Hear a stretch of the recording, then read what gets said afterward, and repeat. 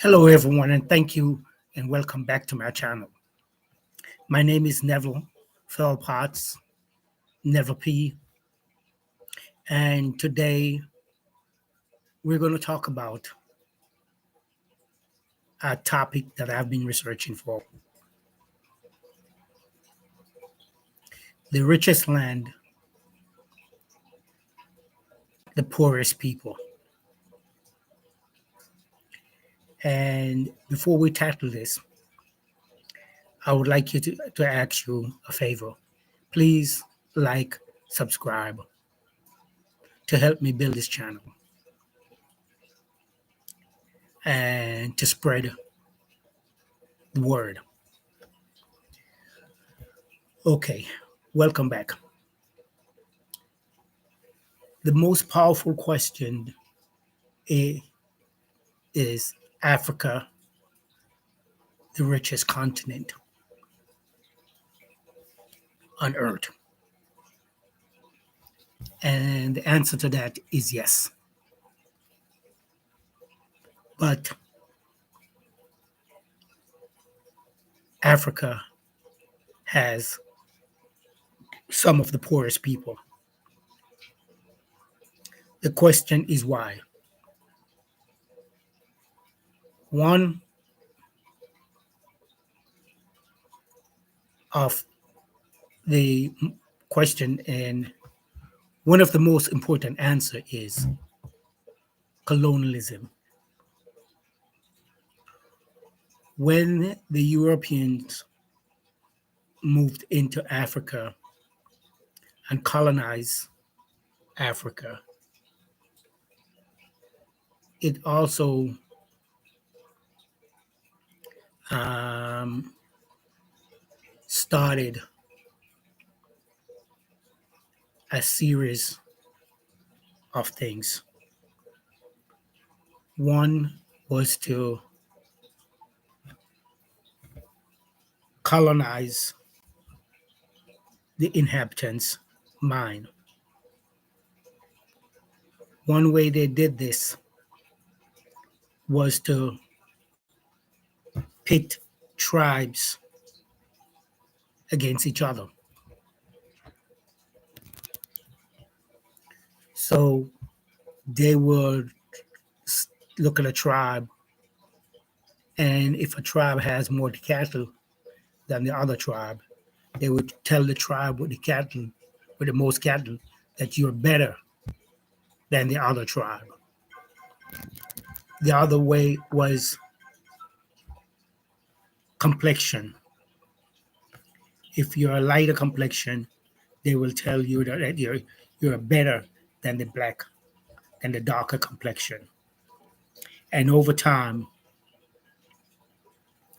this would sneak in to the psychic of the tribes in Africa. And not only will they tell them that you're better than the other tribe, but they will show more favoritism to the tribe they're telling that it's better than the other tribe to help convince them mind work psychic in their mind. Africa, under the ground of Africa, it has the most wealth than any continent.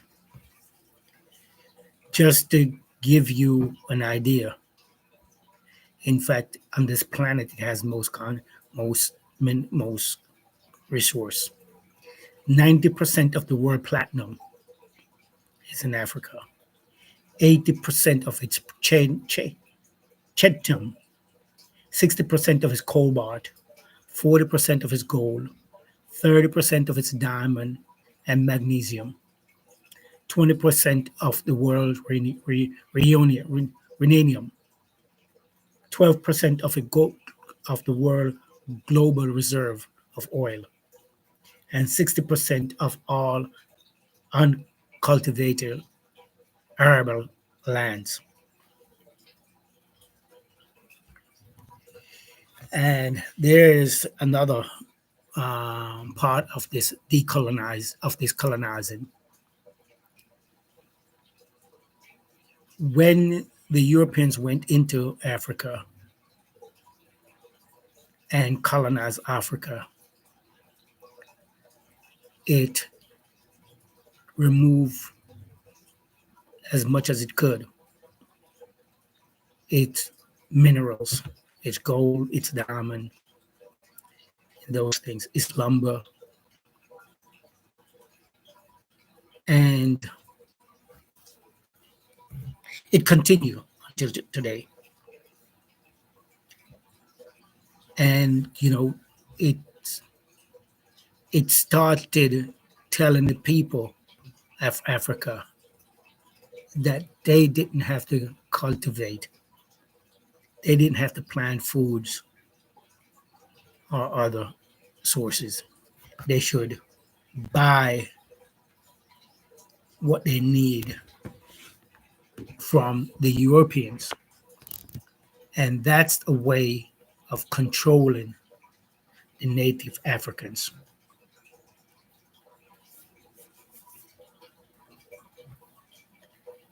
Most of the mining of oil companies is operate in Africa is from outside of Africa.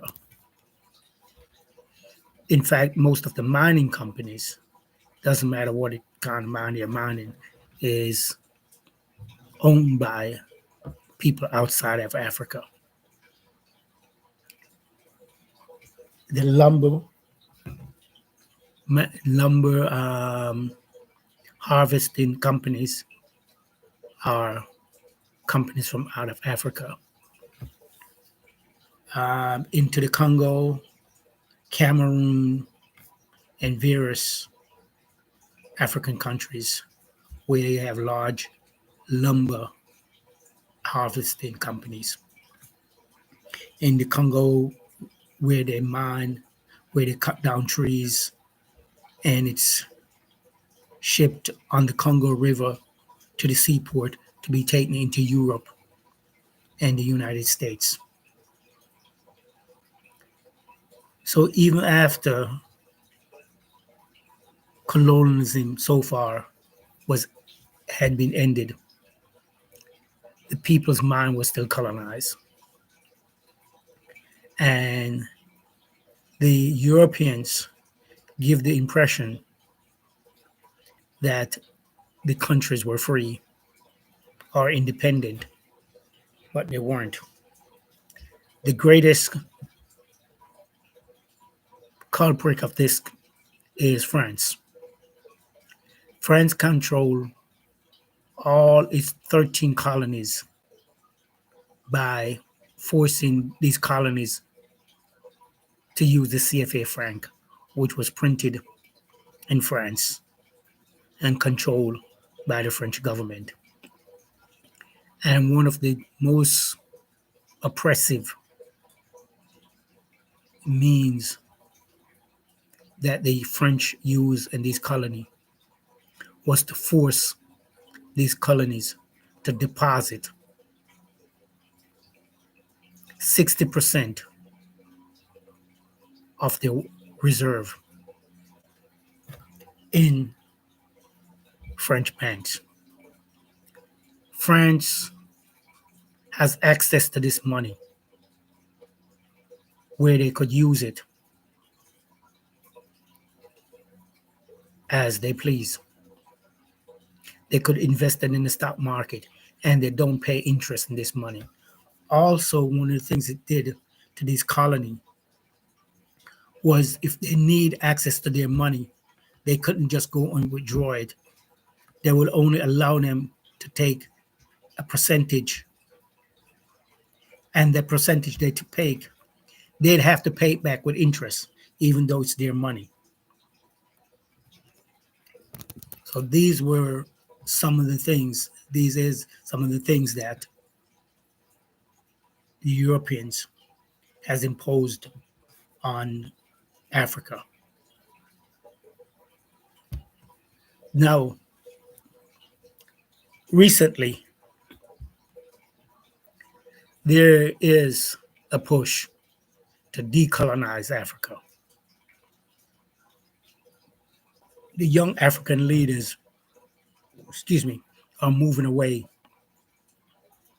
from these colonizers. Britain, Germany, Belgium, France. There's not much talk about Belgium in this scenario. But Belgium was one of the crudest colonizer. Belgium had the Congo as part of his colony. In fact, the Belgian king claimed the Congo as his personal property. Some of the things that the Belgian king, King Leopold, would do to the Congolese if they didn't produce the, the amount of raw material, most back then it was mostly rubber, that he think they should have produced. He would order for their hands to be cut off or one leg to be cut off. He was very wicked and crude. And unto this day, you can see the effect of what Belgium did to the Congolese. When the Congo got its independence, its first leader, Patrice Lumumba, was pushing for freedom, freedom from the Belgium. He was captured with help from some of these Congolese people and killed.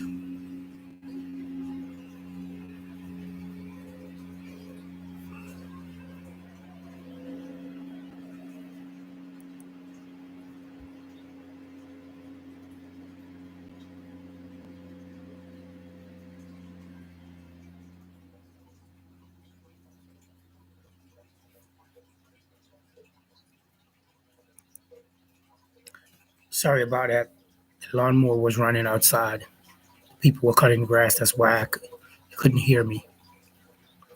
Yeah, as I was saying, King Leopold was one of the wickedest slave master, and there's still the effect.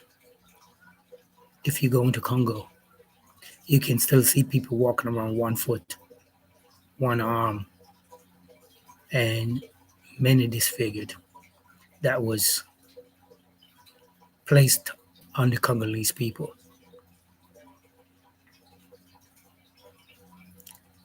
That's just one country. The Belgium also was instrumental in Uganda and Rwanda, which leads up to the Tutsi genocide. And this again, these were ways how the Belgium pit the native against each other. He would look at one and say, "You, your nose are shorter."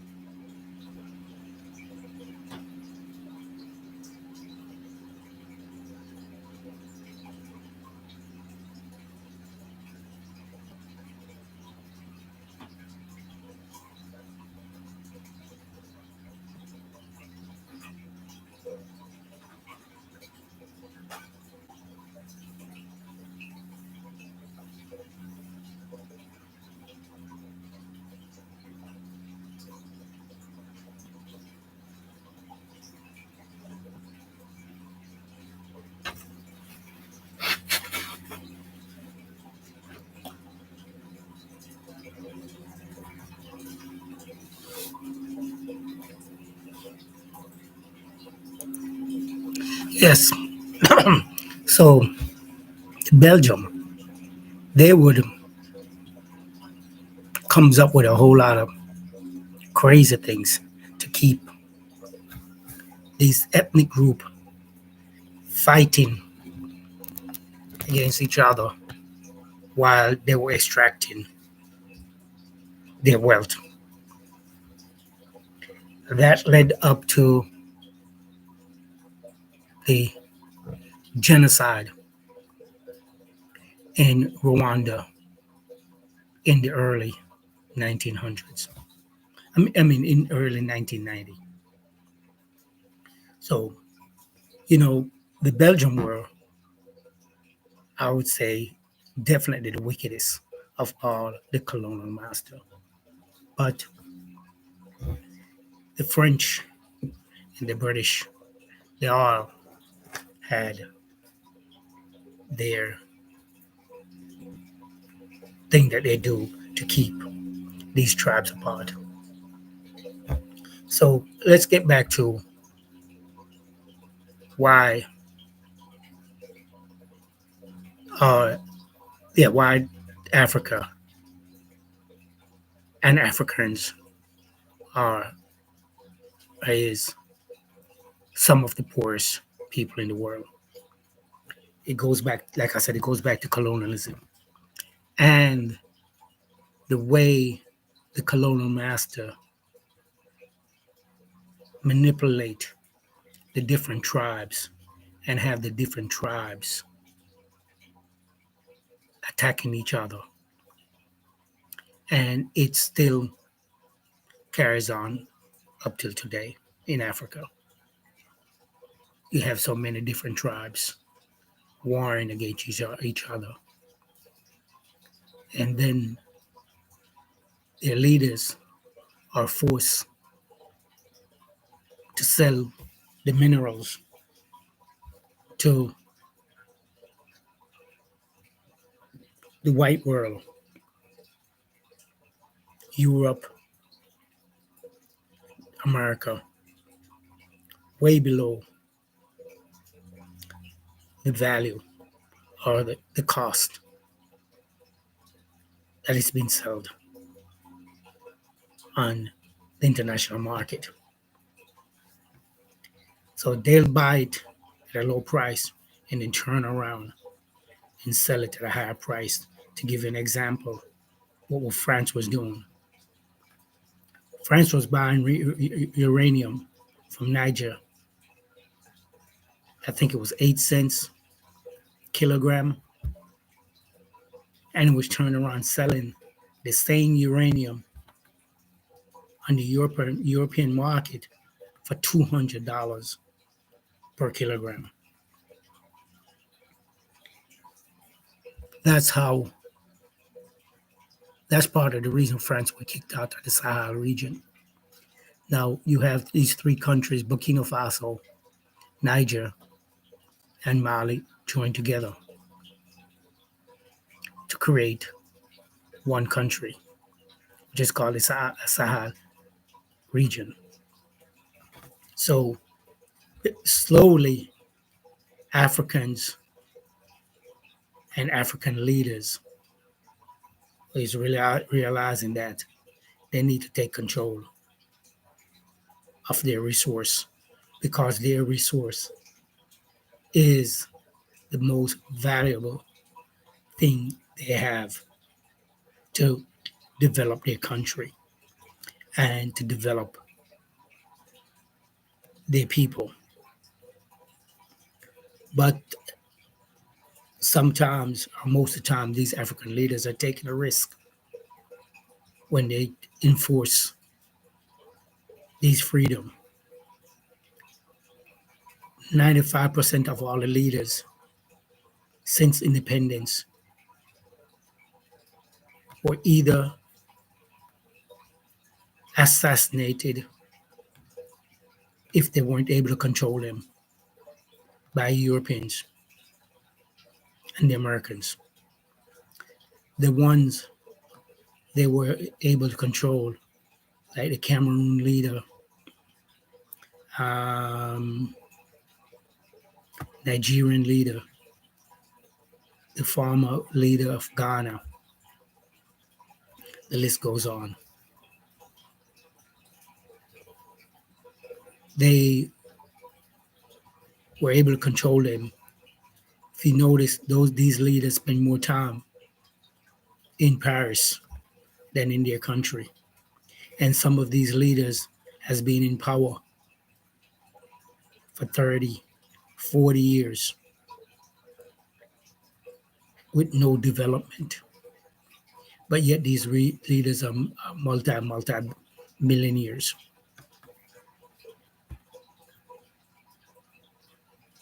So we have to, as a people, decolonize our mind and start working towards unity with each other, not only in Africa, but in the diaspora, and blacks who now reside in Europe or in America, the Caribbean. We all have to come together and start helping each other. Again, when I ask you, please like my channel, share it with your friends and family. Help me to build this channel. And by all means, drop me a comment. Let me know what you think. And if you have a subject that you would like me to cover, please send me a message. Let me know. Thank you, and God bless you. And again, please subscribe. Peace.